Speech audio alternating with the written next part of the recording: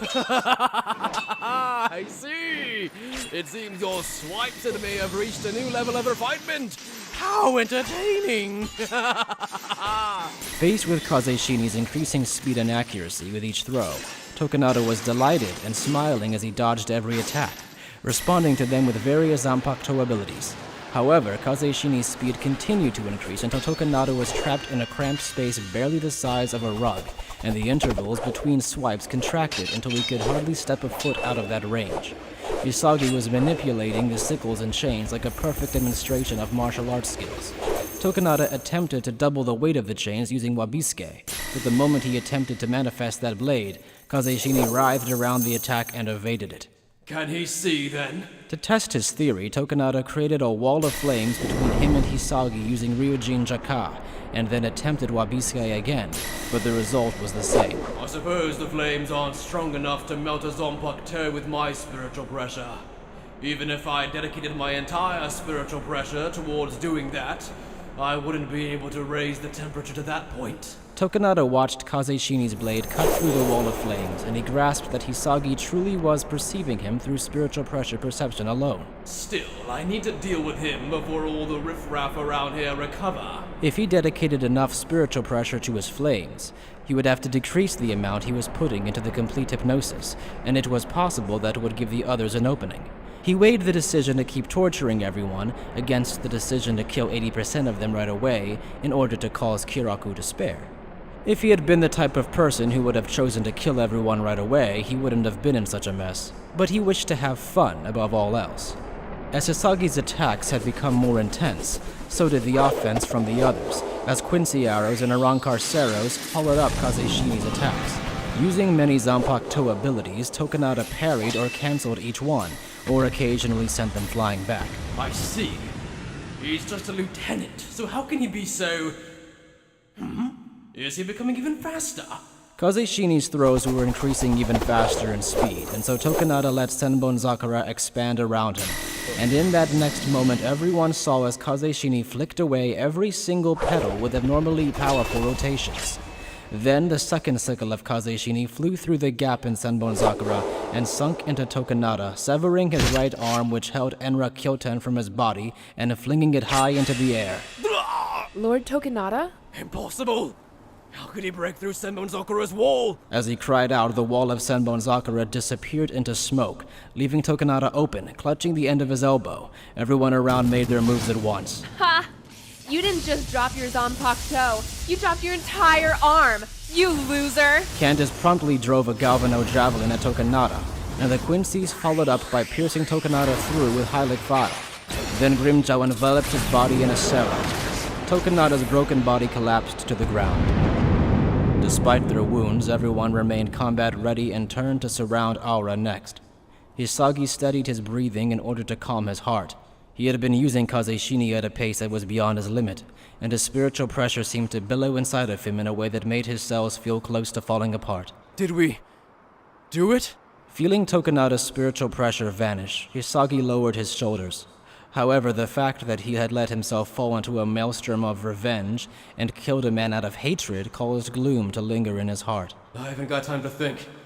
I need to do something about Aura and Hikone. What you feel isn't hate. It's just sentimentality for Kaname Tosen and what he left behind. You would do well to remember this, regardless of how firm your resolve is. Whoa, hey! Careful, Shuhei. That woman went that way. Oh, does he mean Aura? Aura's spiritual pressure was scarce, so he couldn't sense her. In order to grasp her movements, Hisagi opened his eyes in a fluster. You can't defeat the strong with sentimentality alone. And when Hisagi opened his eyes, the blade of Kyokusuigetsu in front of him shattered immediately. Huh? As the Shikai shattered, reality was exposed to Muguruma, Yoruichi, and the others.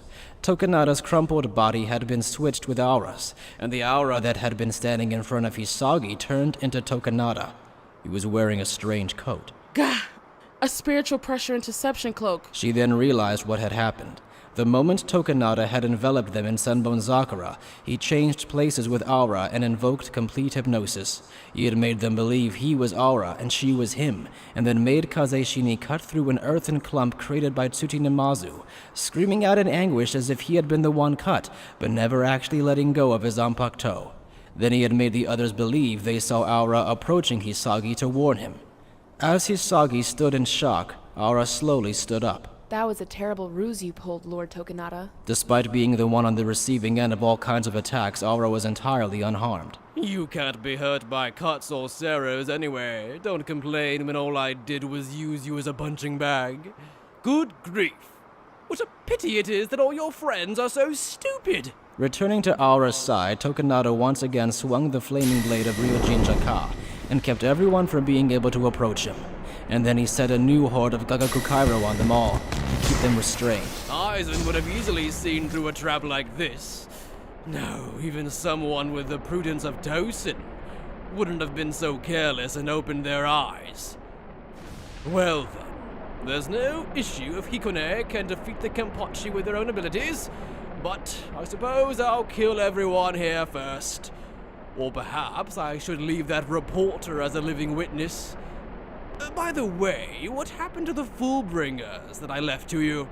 I thought Kugo Ginjo was also here. I thought you already knew what happened to them. Based on the reports from the surveillance bugs mock brains, I know they seem to have fought each other, but what trick did you use to cause that? It was President Yukio's abilities. After I amplified his powers. It was a piece of cake. I stuck a virus into my past, so when Tsukishima stuck his bookmark into me, I hacked him instead. Oh, so your Fullbringer's that powerful then, boy? As long as I've got the resources, modding a program is like breathing to me. After that, I just had Tsukishima stick the same virus into the other two. Proving his words, Ginjo and them appeared from the static one after another. Seeing them stand expressionlessly like dolls, Tokinada smiled. I see. You had been a close candidate for Reo after Ichigo Kurosaki. At minimum, he will likely be of assistance to the linchpin that maintains the three worlds. Just in case, I'm going to show them Kyokusui Getsu's Shikai. You don't mind, do you? Not at all. Please, go ahead. Aura bowed and Tokinada attempted to invoke Kyokusui Getsu, but it would not invoke. In the momentary opening where Tokinada looked at his blade, Ginjo moved. Without a word, he unleashed his cross of scaffold from his necklace and unleashed a slashing attack like Zangetsu. Tokinada attempted to block by using his own Zangetsu, but the newly created Zangetsu broke to smithereens and hit by Ginjo's attack. Tokinada was slashed right across the torso. What's with you? You're way sturdier than I thought you'd be. Tokinada healed himself using Hisagumaru. Good grief. It seems that Enra Kyoten can only depict Zangetsu's outer appearance, since the sword has unique origins. Even if you used the real one, I would have won against a swordsman like you. Tokinada attempted to invoke Kyokusui Getsu again, but it was as though it were being blocked. Do you remember the method in which Kyokusui Getsu can be rendered powerless? If the target were to touch the blade before it was invoked, the hypnosis could not be implemented. Additionally, since Tokinada's spiritual pressure was nowhere near Aizen's level, another weakness was created. The Shikai could be sealed through strong spiritual pressure. One such person with strong enough spiritual pressure was Aura Michibane. The moment Tokinada looked to her, she had finished her work and he felt himself being put under restraints. As one of Aura's tentacles twisted itself around Tokinada, he realized that every single blade he had manifested was being touched by her. Aura Michibane was missing something. Love. She had no interest in anything, only spending her days carrying out orders. She had no attachment to anything, even to the memories of her childhood with her father. She spent her days spinning like a cog, and thought she was fine with that. Until a change in that cog occurred just half a year earlier. When Tokinada had ordered her to put together all kinds of konpaku to create a Soul Reaper, no emotion or disgust rose from within her. However, doing so was a nearly impossible endeavor. The project had sustained her concentration in a way nothing ever had before, and when the thing finally created spiritual pressure, a Soul Reaper's pulse of life, she realized that she was smiling. She felt unconditional love for the new life she had created with her very own hands. The woman who had been only a cog had become someone who could create, and that was perhaps the moment she truly took a step out of her glass case. But it was also the moment she learned about fear, because she knew how Tokinada Tsunayashiro planned to use this life. When she was faced with the reality that the life she had created was simply meant to act as fuel to make the system of the Soul King continue, Aura's world changed. Or rather, the blank sheet that had been her world until then started to gain color. You're Miss Aura, aren't you? Lord Tokinada told me that you're almost like a mother to me.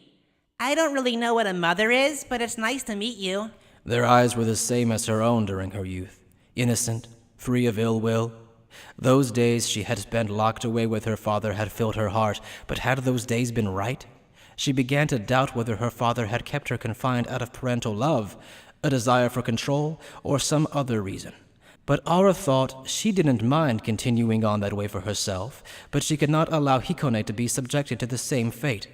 And so she came to the secret resolve of rescuing Hikone from Tokinada. Hikone might curse at her, telling her that following Tokinada had made them happy, yet just as her father had shut her away out of his own egoistic desires, Aura's own ego compelled her to teach Hikone about the vast world. She wanted to give them a vast number of options, and for them to make their own choice, of their own volition.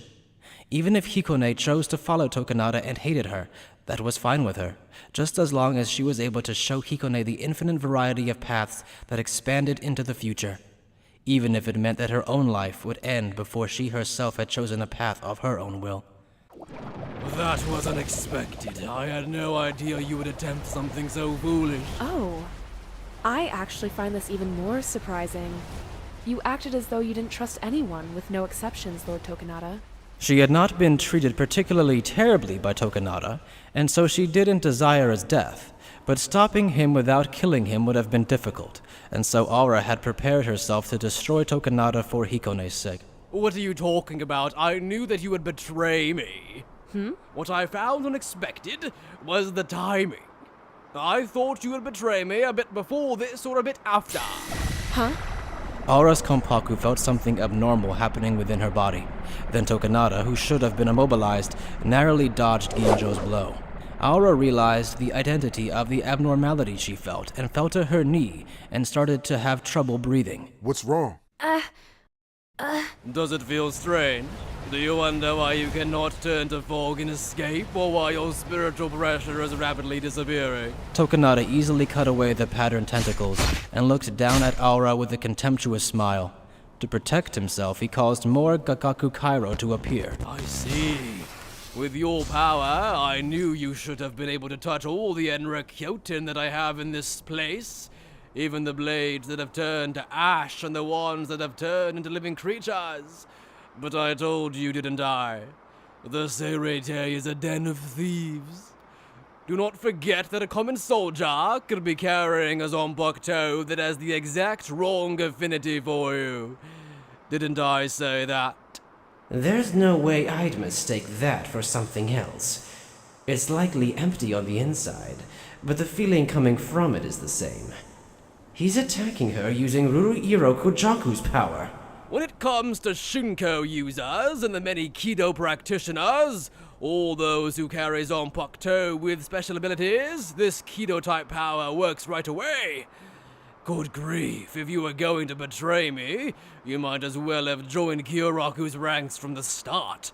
I thought after seeing Kyoraku and his riffraff easily taken care of by my Kyoke Suigetsu, you would have waited to betray me until the end, when everything was over and Hikone's powers were closer to being perfected. How did you know I would betray you? That's obvious, isn't it? Ever since you created Hikone with your own hands, it has been like you were the thing's mother. Didn't you experience emotions that you haven't ever felt before? In that case, things are going just as planned. I cultivated those emotions in your insipid mind, thinking that it would be entertaining to squash them underfoot. But you don't look too broken up about it. Well, if you haven't developed any emotions even after raising Hikone, I can't do much else about things. but it is so exhilarating to groom someone and for them to turn out just the way you wanted. I can't say that I don't understand Aizen and Yuhavak's feelings as they continue to watch Ichigo Kurosaki. Before he could finish, Tokinada intercepted the flash of Ginjo's blade. You did not even hesitate, despite your own companion having collapsed. Well, then again, you only just met her today. It's not as though you had developed feelings. As he spoke, Tokinada attempted to invoke Hyokasui Getsu again, but the Shikai would still not activate. Huh? What's wrong? You're full of openings. Impossible. You're still holding it back, Aura. Tokinada leapt far back, faced with Ginjo's attacks increasing in weight and speed. Though he had absorbed over half of her spiritual pressure, Aura was still using a part of herself that had dispersed everywhere to continue touching all of Tokinada's blades. This included Ruriiro Kujaku, but Aura still did not let go. Why are you continuing to touch them? At this rate, you'll just die a meaningless death. There is meaning to this. What? Tokinada continued to clash with Ginjo as Aura spoke. There's probably something wrong with me. Because I'm not doing this for you. The person who looked after me up until now, Lord Tokinada. Or for the 700,000 devotees who believed in me, despite who I am. I'm doing this for a child who doesn't even care about me. I'm wagering everything for their sake. Aura smiled for the first time from the bottom of her heart. A smile filled with the love of a parent, as she felt the spiritual pressure of Hikone fighting high above. I don't remember my father smiling. I wonder if he ever really loved me. I wonder if my mother, whom I never met, did too. Though her consciousness began to wane, she continued to extend her spiritual pressure into the space around her. She was practically unraveling, destroying her own cells and converting them into spiritual pressure. How amusing. Tokinada smiled sadistically as he continued to keep Ginjo and the others in check using Gagaku Kairo and Ryujin Jaka. In that case, what do you think of this? What will your face look like as the very one you are risking your life to protect cuts you down without a shred of emotion? Oh, how about I give the order immediately? I'll tell Hikone to come kill you. Not a chance in hell. Bankai! Tokinada tried to call Hikone, but the Fullbringers went on the move. Giriko brushed aside the Gagaku Kairo creatures with his swollen muscles, while Tsukishima inserted his bookmark into the flames and rewrote their past so that they would have extinguished 10 seconds ago. Ginjo ran past the cleared obstacles. He hit Tokinada with spiritual pressure that far exceeded theirs. So this is how far you've come in mastering the powers of a hollow. I see. You are indeed suitable as the candidate for the Ryo. Then how about you kill me as well as Hikone and take the throne yourself? Huh? Me as the Ryo? Sure seems like a real bargain for a throne. Of course it's not. Do you know how Fullbringers are born? Let me take a wild guess. It's through the fragments of Ryo, right? Ginjo guessed that the reason Fullbringers were targeted by hollows from the time they were in the womb was because something had intertwined itself with their kompaku before they were born. He had no idea what kind of influence a piece of Ryo would have, but after seeing what had happened when Mimihagi possessed Ukitake, he guessed a fragment fusing with a human would create an influence similar to a Hogyoku. The Hogyoku altered the world as it fulfilled the desires of those around it, so it wouldn't be strange if using a fragment of Ryo in its place would invoke Fullbring abilities through attachments. So it was possible that defensive instincts would bloom in young souls that had been intermixed with peculiar spiritual pressure if they were being attacked by hollows. Or people like Orihime or Chad, who had passed down the Ryo's factor from generation to generation, would have their defenses bloom alongside hollow attacks. Though Ginjo didn't know whether his guess was correct or not. If you know that much, then what do you think?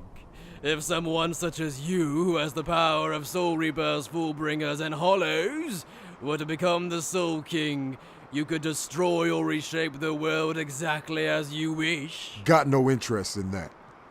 We're going to flip the world upside down the way we want to. In that case, why are you lending Aura a helping hand? Is it for revenge? Then again, it was the main family, not me, that ordered your friends killed. I haven't gotten any interest in that either. Even if I find out who did it. I still became the enemy of the Soul Reapers. That wouldn't change. I've just got one grudge against you. You're the reason. Ukitake didn't tell me the truth. You heard that from Aura. I had a surveillance insect on her, so how did you share the information? Also, don't you think she may have lied to you? I'm not gonna tell you our tricks. In actuality, Ginjo hadn't been informed by Aura, but he still knew thanks to Yukio and Tsukishima. Because of them, Aura's will had been conveyed to Ginjo. What Aura had done was simple. Using her own ability to rearrange her body at a molecular level, she had etched a pattern into the backside of the business card she had given Yukio. It consisted of multiple QR codes so light that they only appeared as a background pattern. However, Yukio immediately was able to read the codes using his powers, and agreed to work with Aura to trick Tokinada, in exchange for information about the Soul Reaper family that killed Ginjo's friends. The rest was simple for Yukio, knowing his companion's habits. He knew Tsukishima would insert himself into Yukio's past, and once he did, he would learn about his and Aura's plan. Then Tsukishima inserted his bookmark into Giriko and Ginjo to transform their pasts into ones where they already knew about the plan as well. They say that time is money. But Mr. Tsukishima, I believe you should offer more gratitude to the god of time for having been given that power. Sorry, but I'm just not that religious. The flavors of black tea, as well as fruit, wine deepen over a long period of time.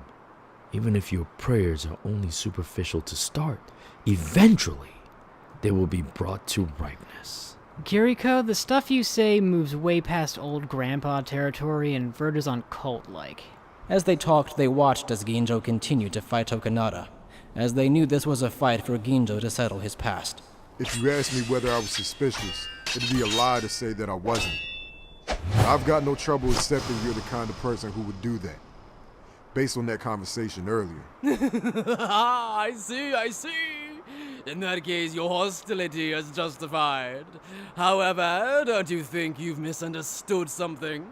I wasn't controlling Ukitake. It was out of his own unwavering volition that he snuck a surveillance device into your combat pass and made the choice to become your enemy. It is a needless lie to believe the decision was hard for him. After Ukitake was kind enough to make the decision, I simply just did not tell him of the Tsunayashiro family's cruelty or the truth of the Fullbringers. As a result of his decision, the Tsunayashiro family and I recently ended up benefiting from that, so I am very grateful to him. Oh, and I witnessed Ukitake's face when he made his decision. He was the one most opposed to hiding a surveillance device in the combat pass at the aristocrat's orders, but in the end, when he made the decision himself, he believed in you. He said, Ginjo's suspicions are needless and Central 46 will soon realize that.